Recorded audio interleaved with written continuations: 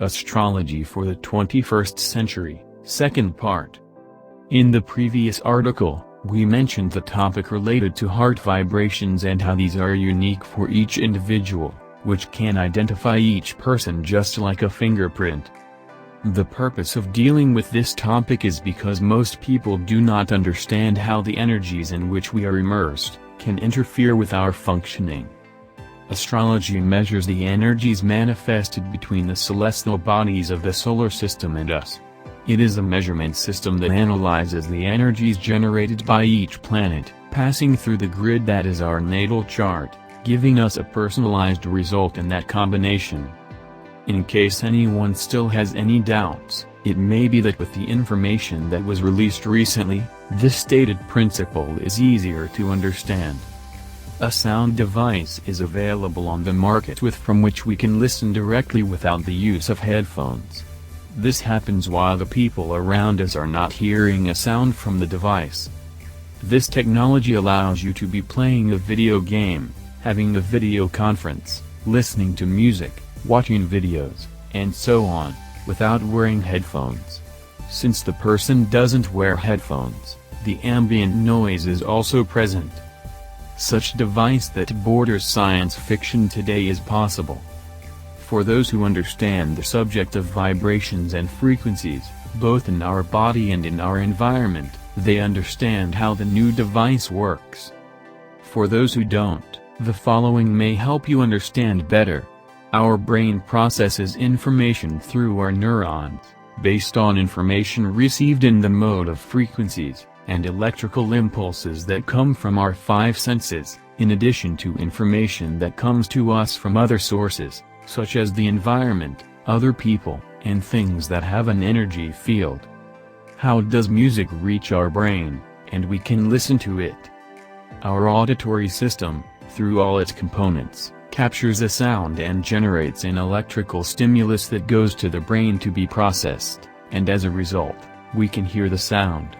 There is a sequence of actions that occur in a time imperceptible to us. Consider the processing speed and capacity of the brain, since there are many other things going on at the same time. Now let's consider, what would happen if a frequency generated somewhere else reaches our brain directly but not from our hearing system? Our brain would identify the signal and process it, and we would hear that sound, regardless whether it came from. This is the case with this new device. Considering this, it can be deduced that both our hearing, as well as the rest of our senses, could be replaced by some device that stimulates our brain, with information that we would perceive in some way, but which we may or may not know where is coming from. The knowledge on how our brain works has advanced in such a way that devices that interact directly with are already in the market. The question we must ask ourselves is, how do we differentiate if something we feel is real or has been implanted from the outside? All the thoughts we have are of our own creation, or could they come from another source? Using astrology, a state of mind that we do not know where it came from, because it occurred without any apparent cause, could be identified as a transit of the moon, for example. Technology today is making possible to relate to things which were not understood previously, or people could have given an esoteric meaning.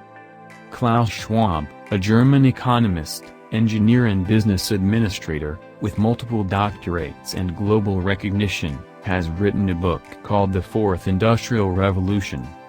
In short, Schwab speaks in this book of the future he sees for humanity, with the union of our physical part, with technology and biology. Technological advancement has reached such a point, which allows a microchip to be implanted in each person and thus become part of a global network, where all the information produced by each person, including their thoughts, could be observed and processed from a distance.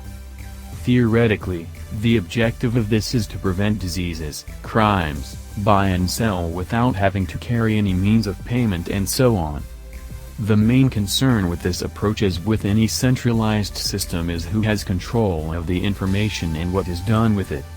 Today, with the technology available, artificial intelligence is automatically giving us the answer to an email, or it is blocking or flagging an article that was uploaded to social networks. It suggests friends and other things that we already take as normal, simply because of an algorithm that someone programmed. If Schwab's vision is fulfilled, considering that main technology companies work with very little supervision from governments, and have reached beyond the borders of any country, it is valid to ask, where the global control center will be placed. Will the people have some decision about it? Today, under the current conditions, we are very limited, and we don't have any saying. Astrology only serves to measure certain energies that affect us, but we are the ones who have the last word to do or not do at all times. There is a principle of free will in our lives. If everything goes as predicted, really both astrology and our free will would be limited, and we would be very close to becoming Borgs as anticipated by the science fiction series Star Trek, where we would become just a point within the global network, losing in the process our freedom and individual identity. Astrology has anticipated that during 2020, we were going to be closing a cycle. But as with everything, nothing's a set in stone. The change is happening and it will happen, but our saying on what our future will be, needs to be determined by us, and not by any algorithm. The technology is there and is not good or bad. How it's been used is another story. Thank you for your visit. You can subscribe to our channel or our blog at www.thenewroads.com.